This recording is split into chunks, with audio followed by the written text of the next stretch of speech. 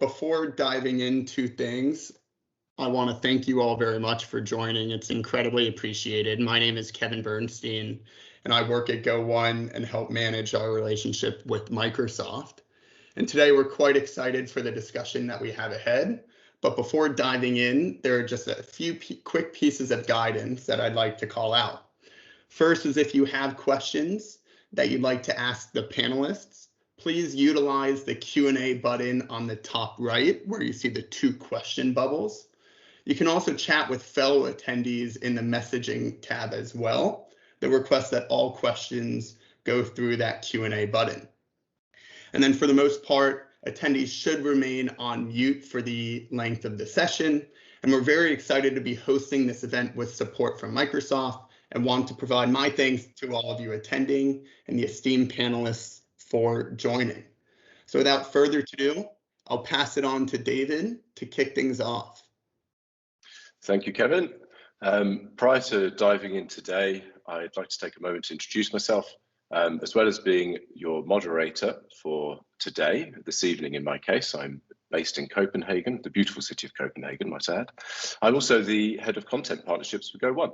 And in its simplest terms, that means that I look after the supply side. I get to work with the incredible content creators across the globe, and we get to understand what it is that learners need most. And I'm responsible for bringing together all of that content to Go1 before it starts getting put onto the Go1 rails with Go1 context and information and then distributed through to learners where they need it most.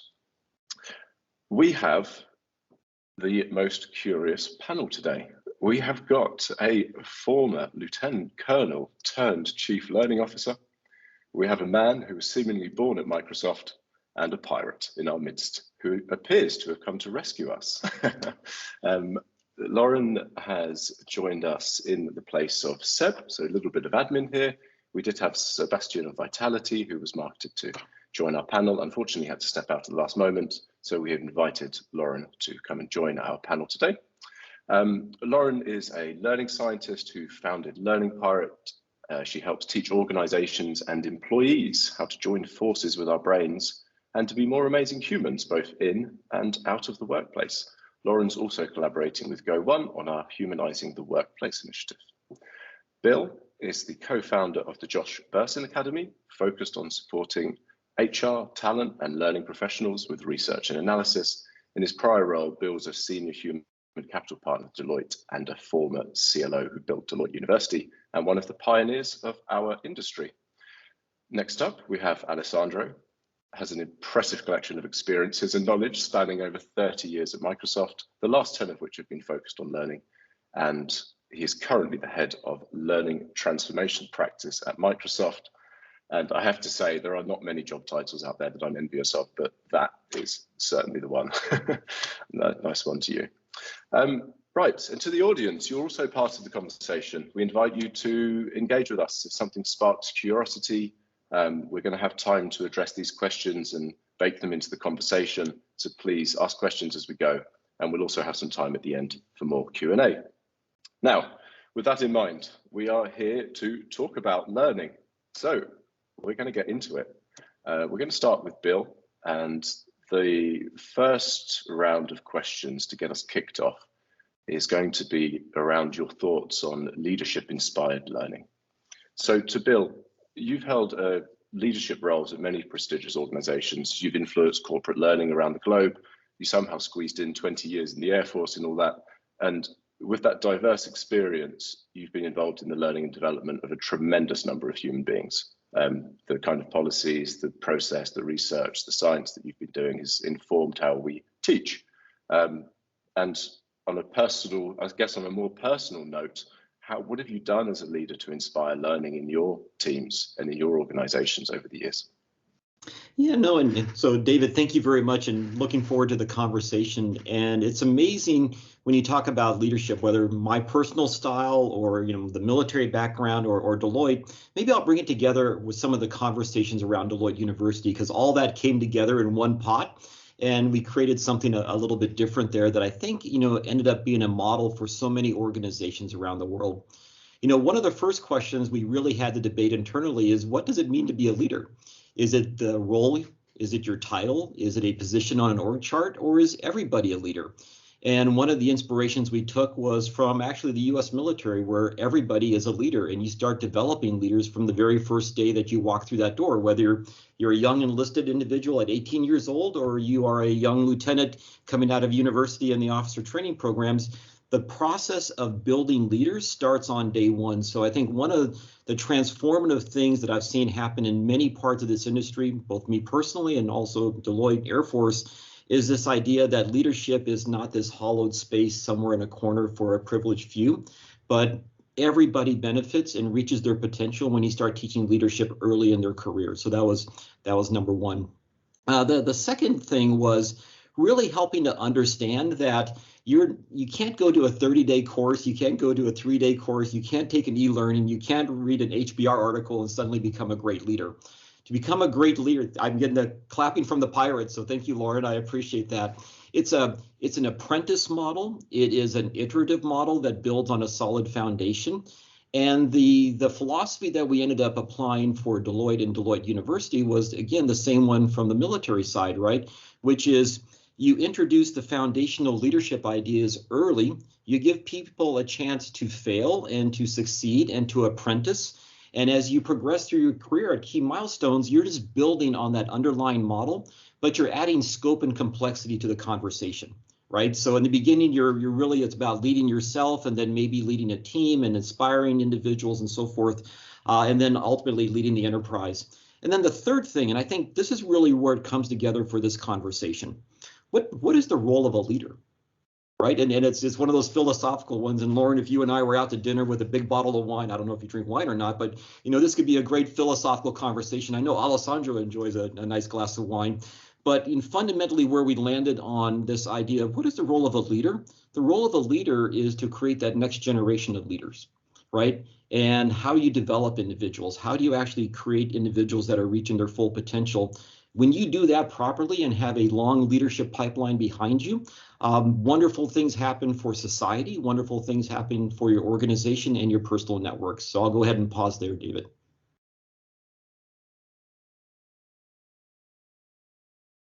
There we go, first blooper of the day. Thank you very much, Bill. I shall unmic myself. Alessandro, you've seen and experienced incredible range of learning experiences in your 30 years at Microsoft. I'm thinking back to overhead projectors, loading up floppy disks at some point, I'm sure. AI, immersive reality, Surface. How has your learning changed as a result of advancing technology, and how have you seen others change? And if you think about, you know, leading, as Bill is sharing, leading yourself, leading others, where has that journey, where has it started and how has it evolved with the transformation of technology?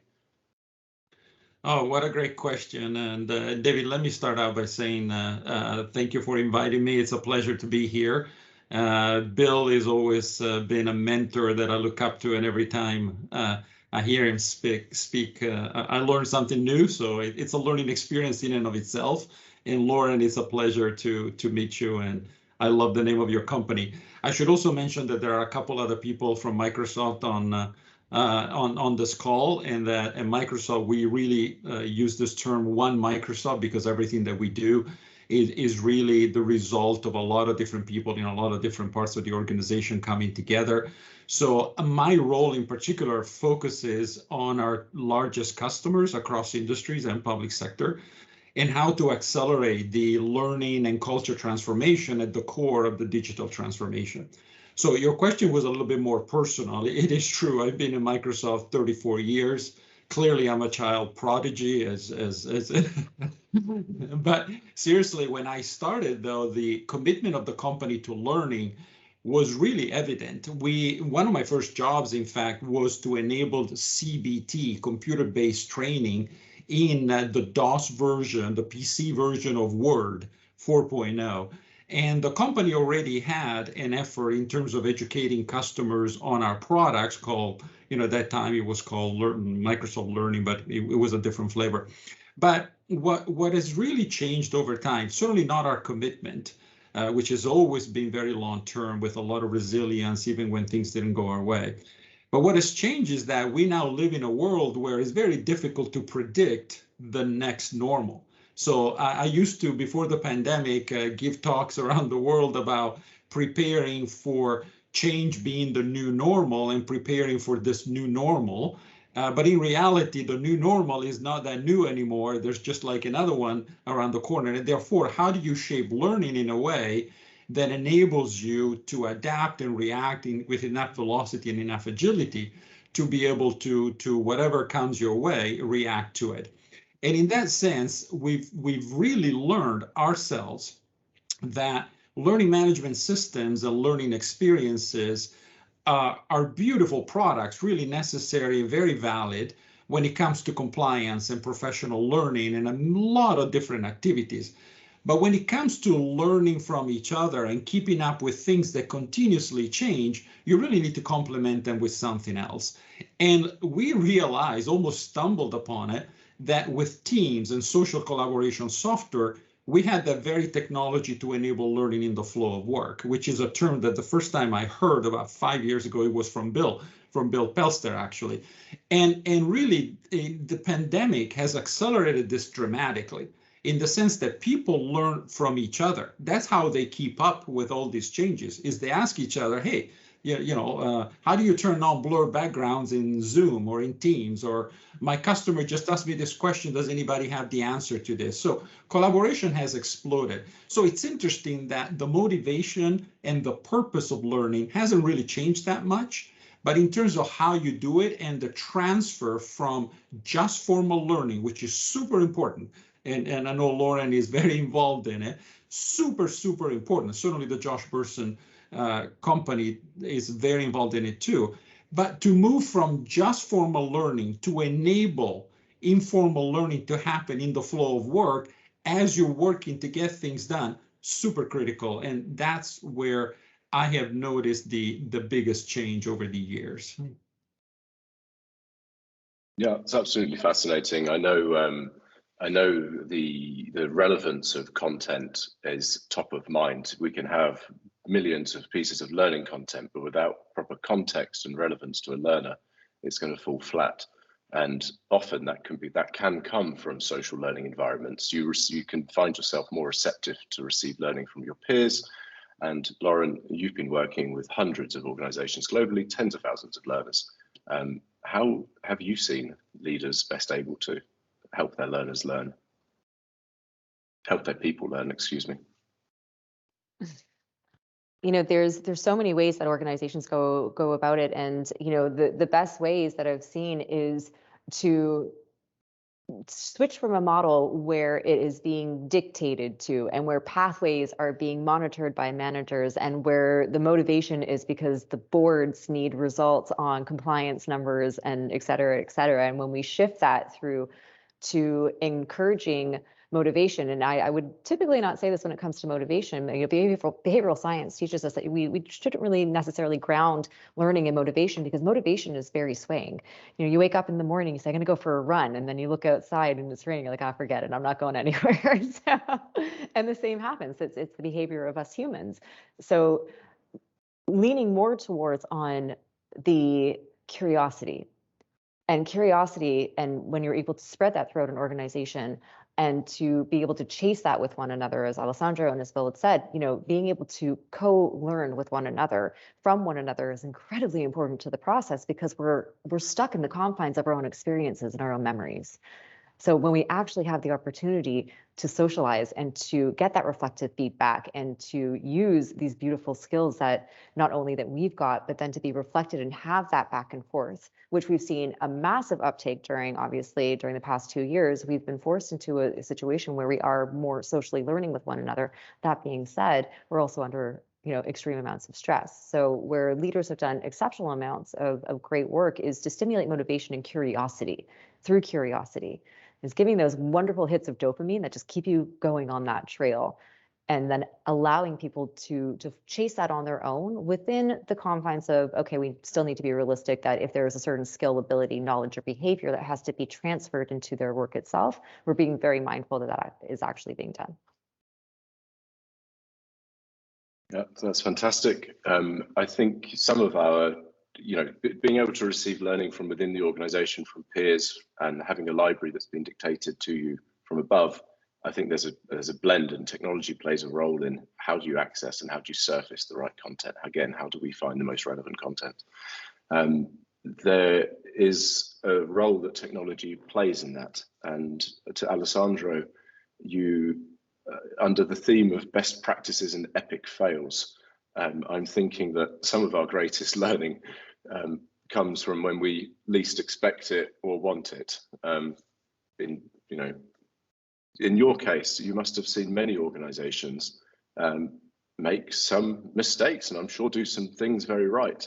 Over the last couple of years, through this pandemic, through this massive acceleration towards digital transformation and these use of hybrid tools and social learning in the flow of work, what mistakes have you seen organizations making, and how have you seen organizations use technology in the best possible way? Yeah, maybe to Lauren's point, we should not use the word mistake, and we should use the term sort of like learning moment, instead of considering a fail. So much so that's actually is super interesting, because as data science has become so pervasive, and I know you're an expert in it, Lauren, but it's in data science, when a hypothesis doesn't turn out to be true, that becomes a data point that refines the model, that refines the experiment, and in fact, in the case of AI, it refines the engine as well. So it's almost like it's a blessing in disguise to get something wrong, as long as you use the insight to refine what you're solving for. And so it's not a matter of mistakes, it's a matter of how in Microsoft, we have a mantra actually to charter your future, but also to honor your past. And you don't want to throw away things that you've done in the past because they turned out not to be as good as you wanted. You just want to learn from them. And this is really important, because ultimately, if I were to simplify, in terms of, there are really two things that in a corporate environment, regardless of industry, especially for large organizations, learning does is, one is help get things done. So I don't know something that I need to know to get something done. So I want to be able to acquire that skill or information very, very quickly, because productivity is fundamental. It's fundamental for employees' well-being, it turns out. There's now lots of science that shows that getting things done is how we feel good about ourselves at work, which in turn actually drives commitment, engagement, and even retention within the organization. So that's one thing, is how do I acquire the skills that I need to get things done, because I don't know something. So you could say that the fact that I don't know it could be due to failure, previous failure, but I don't know something and I need to know it now. So that's one thing, and I'm simplifying here. The other one is, how do I acquire the skills I need for the next steps, or the next step in my career? And this is super important, because if you don't have that in an organization, it's very hard for you to recruit. And that's really a big learning of the past couple of years, is that if you want to attract a Gen Zer, you need to understand that they're coming for a finite period of time, at least in their mind when they're coming. So if you can make a promise that by the time they leave, hopefully if they're great performers, as late as possible, they'll be in a better position to achieve the next step in their career than when they came, then you're sort of like not serving them right in terms of how they approach things. So in these set of learning moments, if you have infrastructure and technology that enables you to learn in the flow of work and to acquire great structure, learning paths type of skills, ideally with certification attached to it, that enables you to build your resume or your knowledge for the next step, those are the keys, and it makes you into a winner, and it avoids what you defined as mistakes, which are often due to the fact that we don't really ask the right questions, or that we're surprised because we had some assumptions that get challenged. The key is, how quickly do you recover? And to recover, we need content, we need training, we need information, we need the ability to actually take action on those quote unquote mistakes, as you mentioned them. That's been my biggest learning, I think. Probably Bill has far more insights on this than I do. Bill, on that cue, over to you, please. You are, as Alessandro said, you were one of the first people that started talking about this years ago, informed many of us in the industry. you must have had an idea of what you were expecting it to look like. And then obviously a pandemic has come and a whole load of change in why people work. Why are people in their jobs? There's a lot more to it now than just the money and the good leadership. It's like Alessandro said, the opportunity, the progression, the skills. What is your take, and where have you seen good examples of this working? Yeah, no, and really building on everything that Lauren and Alessandro talked about, right? And so a couple of thoughts here, and this is purely philosophical, and you can take it or leave it, right? But this idea of engineered failure, allowing people to fail and openly talking about it and learning is so absolutely critical. If you just, a couple of context points, if you put and take a look at what's happened in the airline industry. In fact, there was a wonderful article written in the Wall Street Journal about how they essentially engineered failure out of the airline industry, right? That wasn't by accident. There was a series of conscious choices to learn from not only the big mistakes when something goes bad and boom, right? But also the thousands of micro errors that happen all around an airport and an airplane in flight and things that can go wrong. And the fact that they removed all stigmatization around that being negative. And they celebrated the fact that pilots brought forward, hey, this happened here. It's not about the punishing the 3 people or the fact that there was a runway incursion or something like that. It was to learn what went wrong, right? And from there, we can openly talk about it, and then we can solve the problem and develop new processes. And you see that in the energy industry, and you also see it across a lot of other industries, right? When an organization creates, and I'm going to tie it together here in a second, when there is a perceived fear in the organization about bringing those types of negatives forward, the organization is not a learning organization. It's if you're only talking about the things that go right, I don't know about your day. My day is like, I'm lucky if a third of the things go right, 2/3 of things go kind of sideways all day long. We're trying to recover. Let's talk about them. And it could be as simple as, at the end of the day, what went well, what didn't go well, institutionalizing that, talking about a project. Great that we got it done on time. Bad that 3 people had to resign because they were stressed and overloaded, right, on the project. What went wrong in all of this? And you can learn from both sides, but instituting those kinds of conversations. Now with our research hat on from the Josh Burson side, and by the way, we've been studying L&D for the last year, and we've got kind of a blockbuster L&D research report coming out in Q1. So that's just available on the website, and when anybody wants to download it for free and take a look at it. But the beauty of what happened from the pandemic perspective, it broke down all those barriers. People were no longer afraid to Alessandro's point. How do I create a blurry background? How do I actually get a presentation working? People were asking questions, people were giving good answers, people were giving bad answers, but everybody was willing to share because the penalty for a wrong answer was taken away, right? All of us were scrambling to figure it out. Now, how do we actually capture that magic, put it in a jar, bring it back to our new organization as we're debating whether we're going to come to work, fully or hybrid or remote first or wherever you fall on that spectrum? There was a magic that took place in organizations being able to reinvent themselves when you remove all the barriers of fear and mistrust and just allow human beings to be human beings. They want to be set free. They want to be the children in the playground where they're willing to try anything and do anything. And then somewhere the school system and then corporate America and the corporation of the world, we just beat it out of them. Let's just kind of release the constraints a little bit and let us we are naturally curious, as Lauren brought up. Just let us be curious without punishment. Obviously, you can't blow the place up, but let us be curious. I'll pause on that.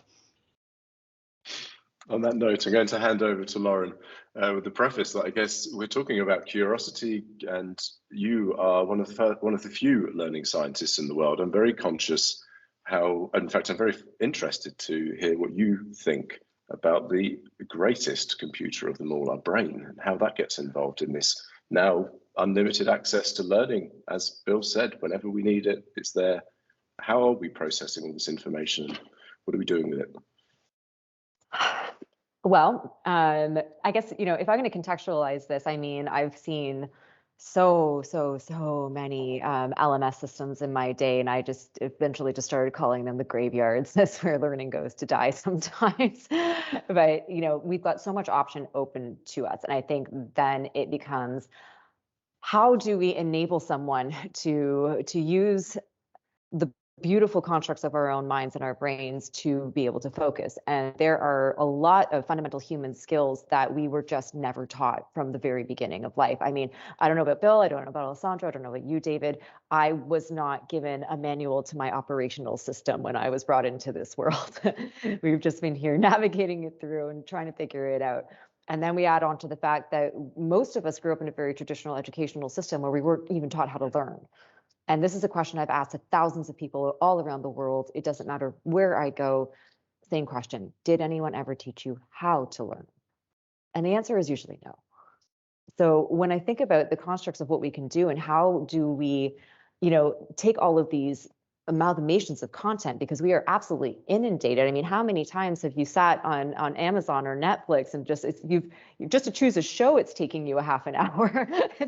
I've given up at that point. I don't know about you.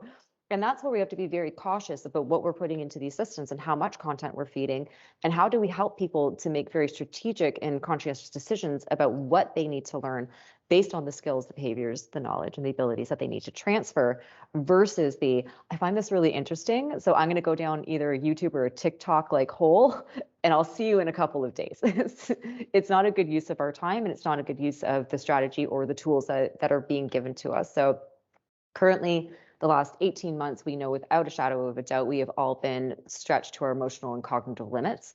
It is now, we're learning exponentially about the human condition through reflective action and one another.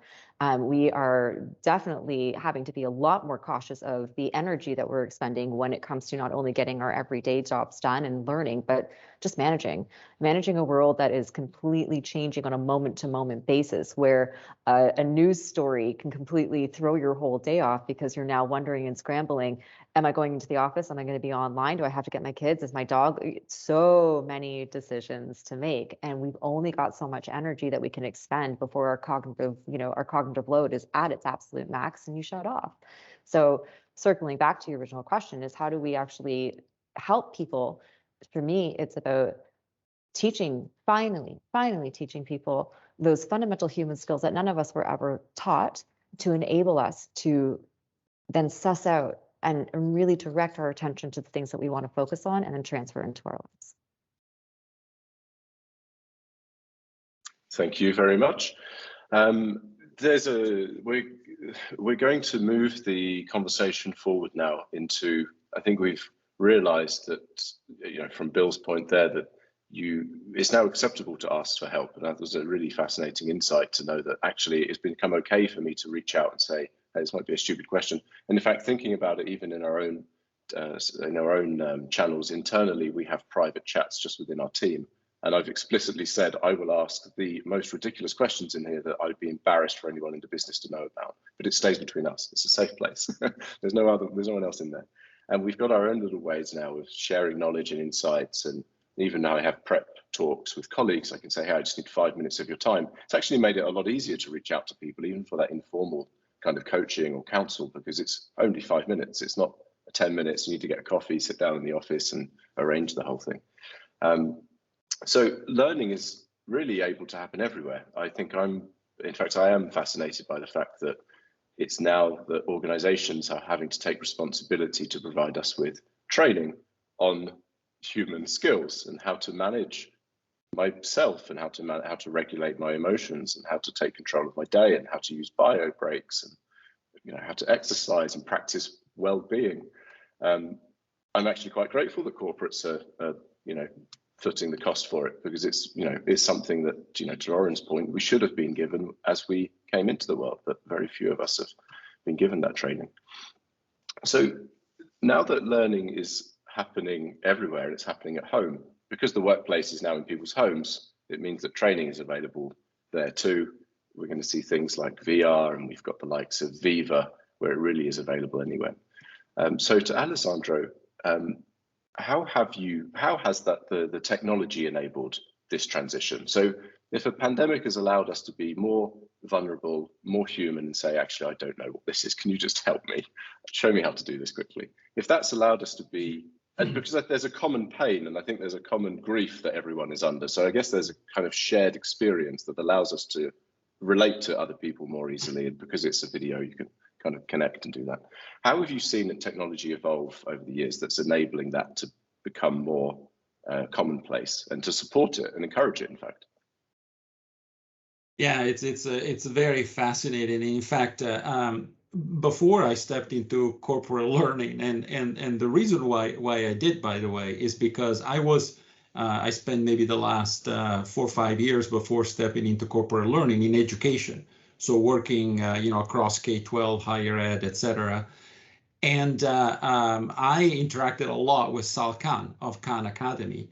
And it was interesting how just a few years back, he realized just by doing a video for his nephews that students were a lot more comfortable learning something privately with a video because they could pause and go back and they didn't need to be embarrassed in terms of admitting that they didn't know something in front of a classroom. That was one of the things that spurred the whole Khan Academy, which was fascinating. Fast forward to today in a corporate world where we're adults, that we even have more inertia when it comes to asking questions. This dynamic that you're talking about and that Bill reinforced in terms of learning from each other, asking questions, is transformational from a culture perspective. For us in Microsoft, which were, I joke that we were the world champions of the fixed mindset, because there was one way of doing things and either you complied or you didn't. And some Microsoft people listening to this will either laugh or, think that is completely outrageous. But in reality, one of the key things that our new CEO did 7 years ago was really enforce this notion that we need to move from a fixed mindset to a growth mindset by borrowing terms from one of the biggest neuroscientists at Stanford University, Professor Carol Dweck. But here's what happens when you then use technology, and you use technology like Teams. When you ask a question publicly, and people respond, quickly the community will gravitate away from the naysayer and the uncollaborative and will gravitate towards the open mind, the growth mindset people. So the fixed mindset in the organization, it's almost like it gets isolated because people stop going to those people who answer, well, that's a stupid question. And we have cases of people that would answer that many years ago in our company. Or, I cannot believe, and this is the killer, I cannot believe somebody in your job is asking that question. You must not be very good at your job. Why don't we just put somebody else in that job? And that was the ultimate humiliation, and the fact that you will never ask another question again. Imagine doing that right now. People will look at you and say, well, that's a rude thing to say, and people will stop going to a person that acts like that. So now let's also delve a little bit into the point about well-being, because this is where we concentrated our efforts with Viva.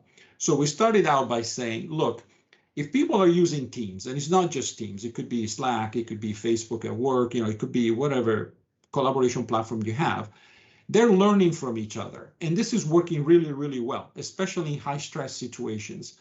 But why don't we take the flow of work where they're learning from each other and take formal learning and bring it into the same platform for information workers and for frontline workers, which is very, very key, and for service workers. So we don't discriminate. We say, why don't we bring learning there where they can be assigned learning and they can actually choose to go culturally out of curiosity, as Lauren, you mentioned, to learn more.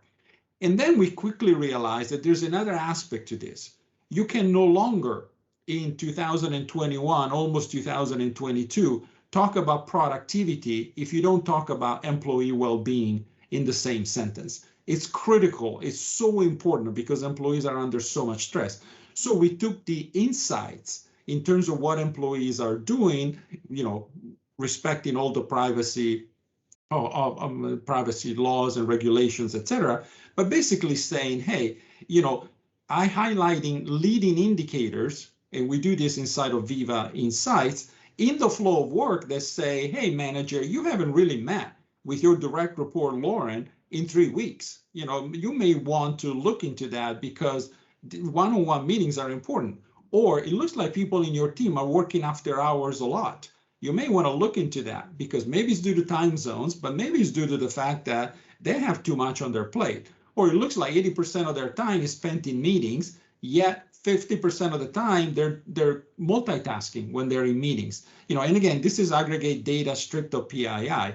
So when you look at those things, it's like, wow, these are leading indicators of potential well-being issues or current well-being issues. So we bring formal learning, leading indicators on well-being, and the third thing, which is the number one request I always get from chief HR officers, is, do you have any software that helps me identify the experts in my organization so that other people can go ask them questions? And so we delved into that as well. And we had this technology called Viva Topics that's part of Viva, where you can, in the flow of work, identify experts and asking questions. And this happens in the background and can be edited by the administrators in the company. But it's hugely successful and hugely important, because you can now ask a question of the person that you really need information from or the training from, and you retain the expertise when the experts leave, which is another critical factor to that. So this is how it all comes together for us and for a lot of our customers across industries, including public sector. And it has been really quite exciting to see the success of this approach, especially over the past few months. Thank you, Alessandro. Lauren, you and I spend a lot of time talking about communities of learning and sharing, how learners and share with peers and learn from one another.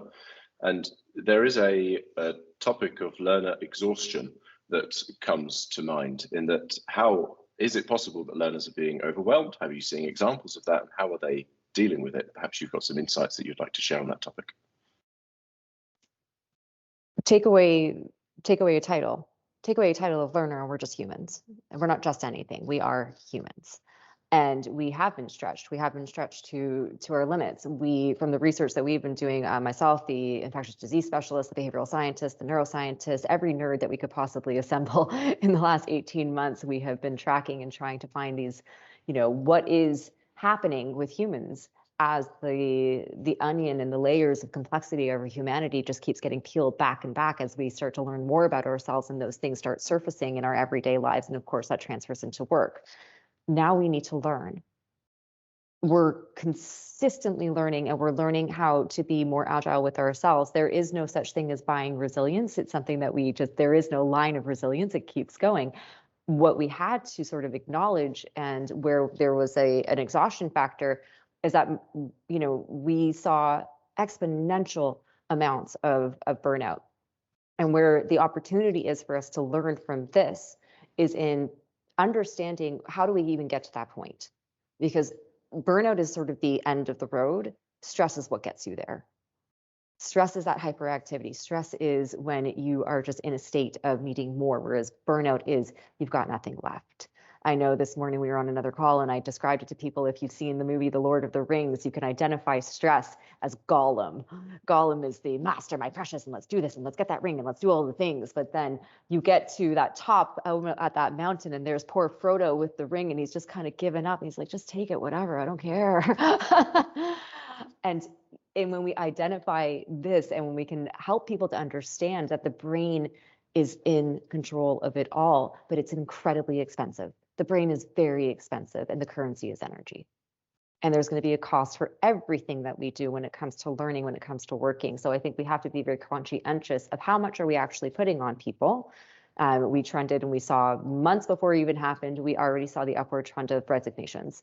It's here, it's happening, we're watching it happen. The managers were first taken out, now we're seeing the trends happen in the leadership levels. So how do we educate people so that they can learn about themselves, learn about how to, as I like to say, how do you join forces with your brain as opposed to working opposed to the operational system, so that we can move forward and learn in a way that's not going to continually burn us out, because we've got this meta awareness of this is where I'm at right now. I've got the moment where I'm saying, I've got too much on my plate.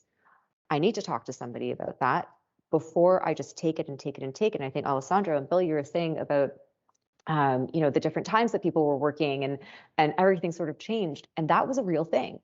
That was a real thing, is that managers, leaders, they started changing and unconsciously shifting their behavioral patterns when it came to work, and their employees were trying to keep up with them. So much that we can learn when it comes to the capacities that we have as humans ourselves, because once you hit the point of burnout, you've run out of your own coping mechanisms. So we want to teach and teach those coping mechanisms and sort of do that preemptive work so that we can continue to learn and not continue to exhaust ourselves. And actually, whether it's learning, whether it's just getting to the supermarket in time before it closes, which I fail at on a weekly basis.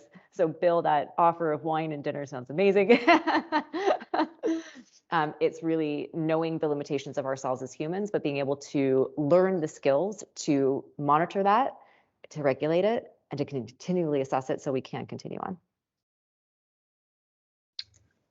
So from Alessandro, we have, announcement, confirmation that Viva's working. It's impressive, the technology, the algorithms, the AI is good. From Lauren, we have a sense that learner reality on the ground is that, yes, lots of people are eager to change and eager to learn things, but there's also risk of learner exhaustion and perhaps overwhelming them with information. Bill, perhaps you would like to find a common ground. Again, you are one of the pioneers of this concept. You're a thought leader on the subject of learning in the flow of work. Given that this reality exists now, where do you see some of the immediate or future challenges to learning in the flow of work? How is it going to change and adapt over the next years? Just a couple of data points, and I'm going to try to tie this together because my head was rapidly spinning as Alessandro was talking, and Lauren, as you were giving your excellent points. I think there's a broader theme here, and I'm going to step back in a second and try to tie some of this together. But really quick on learning in the flow of work. When our researchers came up with that term 5 to 6 years ago, and they were looking at what was happening, it was really a theoretical concept. It's what was needed, right? As opposed to having learners step out and go somewhere and do learning and then come back into their job. Wouldn't it be great if we could actually get learning in the flow of work where you're doing things at that moment in time, that learning is there in the right amount, in a way that you want to consume it, that allows you to be productive and turn really quickly, right? And then fast forward and along comes Teams and some of the other collaborative platforms. And it went from an idea that was really, really good, but no technology to support it, to where we can actually do it today, right? So that is like a huge step forward for us. And it kind of resets the entire playbook for all learning leaders out there. So if you're not consciously thinking about collaboration platforms and whatever hybrid work strategy you're going to be doing in 2022 and going forward, you're missing one of the biggest trends out there, right? And behind that, it's got a lot of other smaller trends. So this whole collaboration, teaming, how people learn, how they work, it's changed and it's not going away. Embrace the technology. Don't go back to the 1980s playbook of Alessandro's CBTs, right? As we were thinking about that. The big concept, though, that I want to kind of take a step back and maybe challenge all of us as learning professionals out there. We keep hearing the headline about the Great Resignation. There's actually a double click on that, and we published an article out on the website. It's really the Great Migration, right? Because where are they going to? They're just not quitting and going on the beach. What you're also seeing is a ton of data that these individuals are now choosing to become individual contributors. They have access to all the tools and technology. They've been working from their home office. They now have their 1 gigabyte lines. They've got everything they need to be productive. Why do I need a company, right?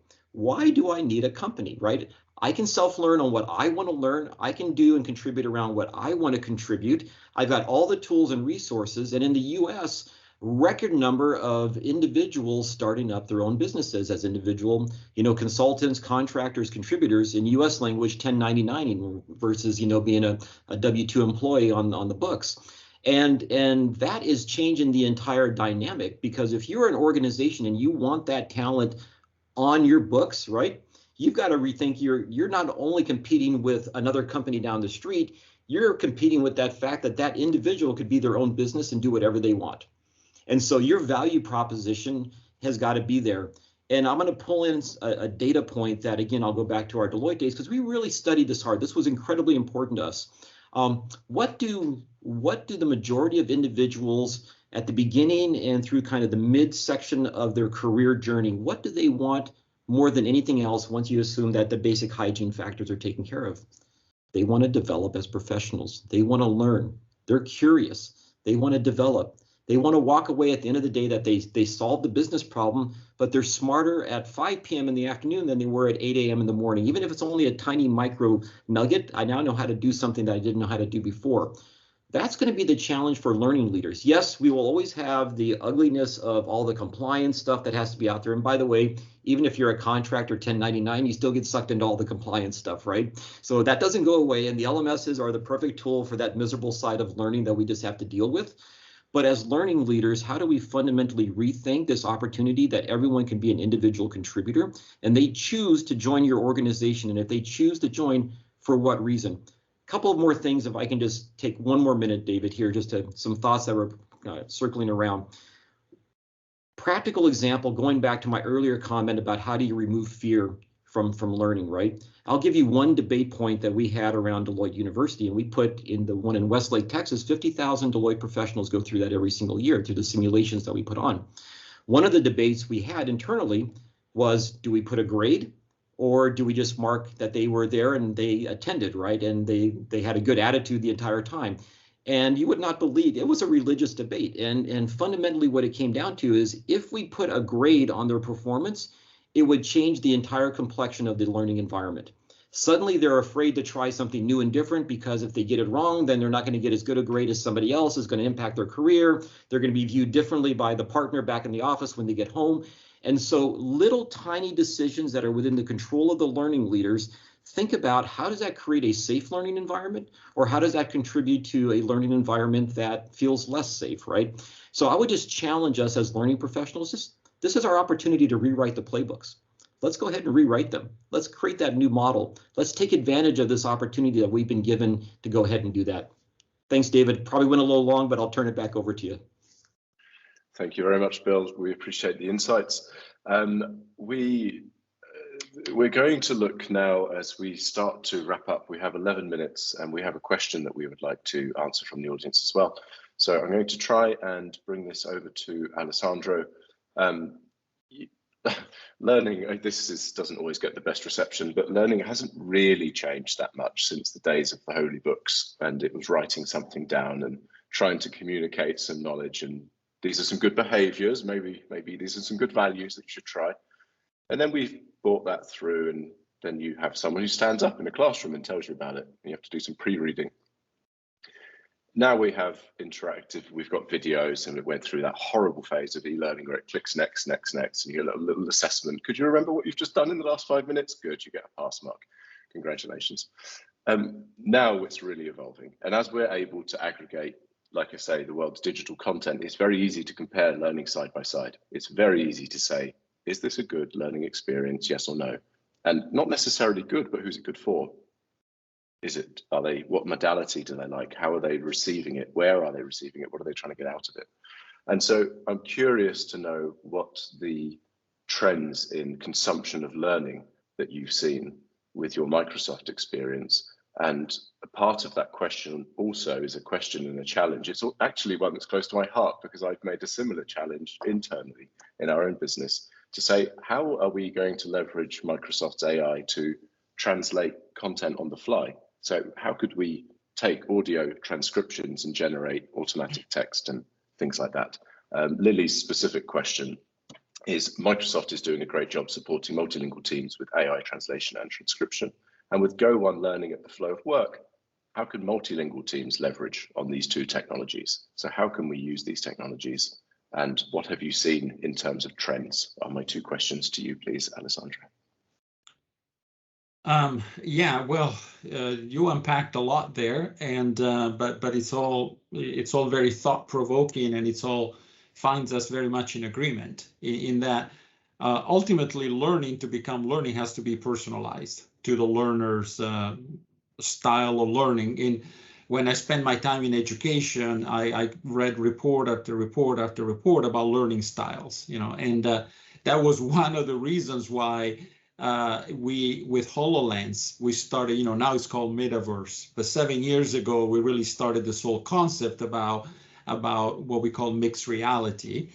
And it was interesting because when you wear a headset and you see the reality projected and you have an expert guide you through something you're trying to get done, you get your auditive and your visual and your kinesthetic stimuli at the same time. So regardless of what type of learner you are, it's impossible for you not to learn while you're doing that. And we have science behind that. So it was super interesting. But ultimately, and I think this is a concept that Bill, you and Josh share some research with me that really caught my attention, is that ultimately a skill by itself is not that interesting.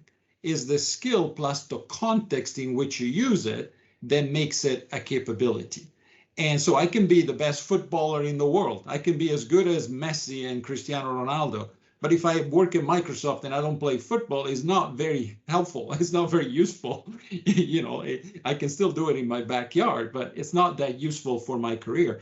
So the point is, the translation question that was asked, we really spent a lot of time on this. In my long term at Microsoft, my very first job was in localization, product localization, when I did the CBT and all that.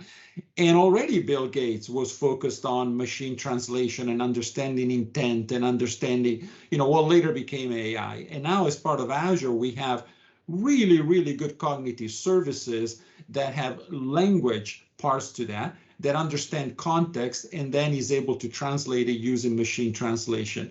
So the combination of that with the very deep and wide content that comes from organizations like aggregators like Go1 is formidable, because it's really, really helpful. But also, as part of the technology, is the possibility of being wrong, going back to where we started in our conversation. It is, a human can come in and say, well, the machine translated it this way, but there's a better way. So let me actually edit that. And this is critical because it actually gives the human side of things. It gives you stay away from, the machine will never be as good as the human. Why do you have to have the dichotomy? Why can't you get the best of both worlds and continue to make progress? But again, I'll close by saying a very little known fact about myself. I went to school in 3 different countries, in 3 different school systems. And without revealing which ones, I'll tell you that I was a mediocre at best student in one, I was a good student in the other one, and I was the best in my class in the third one. And it was still me in 3 different systems. And it's just the way the system happened to be that really talked to my strengths. So I'll be the last person. And by the way, other little known fact, but I have a learning disability as well, which is the conversation that we need to weave in here as well. There's more than 1 billion people in the world who have mild or severe learning disabilities, and we want to serve them too. And that's why we put as much accessibility and access to technology to help with learning as we can, with things like immersive reader, where a lot of dyslexic people have a hard time because the spacing between letters is too narrow. And so they have the ability inside of Teams to make that wider, or to change the background, or to be read to them. Like for me, it's a lot easier when something is read to me rather than me actually reading it. I can do that in Teams, every single message I get. So that one size fits all, the opposite of that is what we're really solving for, is be who you are. And we just trying to help you learn, whether you are in Italy and you need it in Italian, or you are somebody who has a learning disability and needs a little bit of help from that perspective. Alessandro, thank you so much for sharing that with us. And Lauren, this is a beautiful cue to hand over to you. I know that you work with the brain extensively, and this is something that's very close to your heart. So I'd like to hear your thoughts on Alessandro's sharing there, and also with seemingly billions of pieces of learning content able to aggregate, deliver content. What are we really giving to learners? What is it that they're getting out of this? What is it that we're giving them? First and foremost, Alessandro, I want to acknowledge what you have just said there, because neurodiversity is something that has very typically been overlooked when it comes to learning. And there are multiple different sort of ways that somebody can absorb learning. Now, I will challenge you on learning styles, and I'd be spanked by all the neuroscientists if I didn't. Those learning preferences and our behaviors and our sort of what we want, how we approach it in our behaviors, that's most certainly a thing. But we do have to acknowledge neurodiversity when it comes to learning, and that is something that I definitely do want to share some acknowledgement and appreciation for you bringing into the conversation. I think, David, my final thoughts on all of this is we are very easy to look at technology as the solution, and we forget that it's the tool. And when we bring the human, as Alessandro said and Bill had also mentioned, is when we merge the two together, that's when we're going to find we can really, really do some wonderful things when it comes to learning. But we have to be, like I said, teach people how to be more intentional and strategic. That's number one. Number two, I'm 100% biased in what I'm going to say because I am a scientific learning designer. We have to design more strategically and intentionally the content itself. And when we do that, and when we embed the ability for somebody to obtain skills through the learning that they don't even know that they're getting, when we can design learning that helps the attentional networks in the brain focus on what it is, when we design learning that goes with the memory process of encoding and storing and retrieving, that's when we're going to start to see really what people can do, because they don't know. We don't know. Like I said, never given operational manuals of our brains. So let's empower people with the skills of us as humans, how to more functionally work with our operational system, so that when we are inundated with these platforms and tons of content, we can be more focused and intentional about how we choose our learning from the wealth of what is coming towards us. Thank you very much. And to Bill, I'm going to give you the floor to wrap up and maybe connect some of these thoughts. And there's also a question, a beautiful question that's come into the chat from Andre Goddard. And it is, what is the distinction between upskilling and putting too much pressure on learners to change to solve an organizational issue? Perhaps you'd like to address that and leave us with, I personally would like you to share a top tip that we can take into the end of the year, into 2022, as we try and all move past post-pandemic this and that. Perhaps there's something you'd like to share with us on learning in the flow of work and some top tips. So thank you very much. And just a couple of thoughts on Andre. Perfect question, right? So it's great that we've been talking about content and learning in the flow of work. The bigger kind of overarching issue that I think the learning leaders are going to really be tackling in 2022 is this idea of skills and skills adjacencies, right? So content serves a purpose, and Alessandro touched on it a little bit earlier, but this idea that there are skills out there, and that as human beings, we can learn new skills, and there are skill adjacencies, and with a little bit more effort, if we're willing, we can actually move, laterally or in a matrix fashion. We don't have to be in our linear view of what our job is or what we think we are skilled and capable of doing, right? And one of the things when we talk about skills, there is basically learning how to do your current skill better, upskilling, right? That's one of the models on our framework. So I'm upskilling on this. I'm retraining, right? So I used to do it manually. Now there's a digital solution. So it's kind of still the same skill, but it's totally different. So I'm kind of retraining.